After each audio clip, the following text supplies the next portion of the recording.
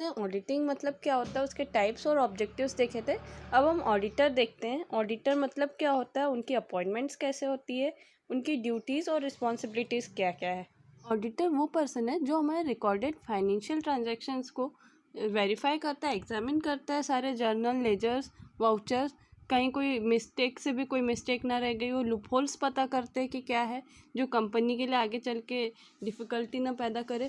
और ऑडिटर एक ट्रू और फेयर व्यू प्रोवाइड करता है रिगार्डिंग फाइनेंशियल ट्रांजैक्शन। ऑडिटर देख लिया, अब हम अपॉइंटमेंट्स ऑफ ऑडिटर, ऑडिटर्स की अपॉइंटमेंट कैसे होती है वो देखते हैं।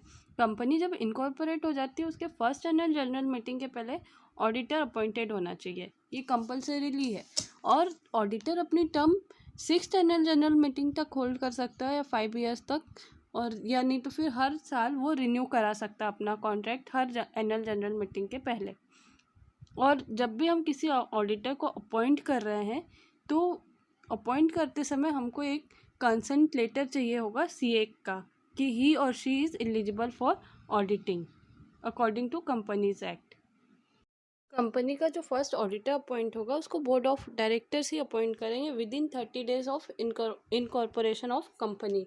अगर किसी भी रीज़न से बोर्ड ऑफ डायरेक्टर्स अपॉइंट नहीं कर पाते तो वो ये उनके लिए मस्ट हो जाता है तो कि कंपनी के मेंबर को इन्फॉर्म करें और फिर कंपनी के member with in 90 days extra ordinary general meeting के साथ एक ऑडिटर अपॉइंट करते हैं।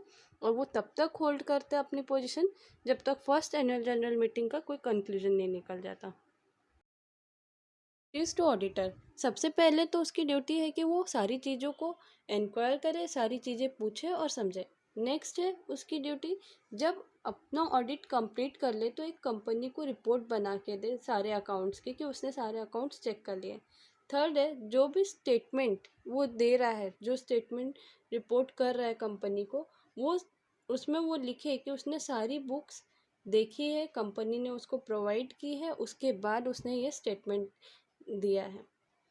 और अगर वो कभी कोई निगेटिव स्टेटमेंट दे भी रहा है तो उसका कंक्लूजन दे कि ये क्यों उसका फ्रॉड हुआ है या एरर हुआ है, उसका रीज़न देना होगा। और सबसे मेन बात, जब रिपोर्ट्स बन जाए तब उसके बाद आपको एक सिग्नेचर, ये रिस्पॉन्सिबिलिटी है, ड्यूटी है ऑडिटर की। और नेक्स्ट है अटेंड करना है ऑडिटर को ऑडिट कमिटी मीटिंग्स।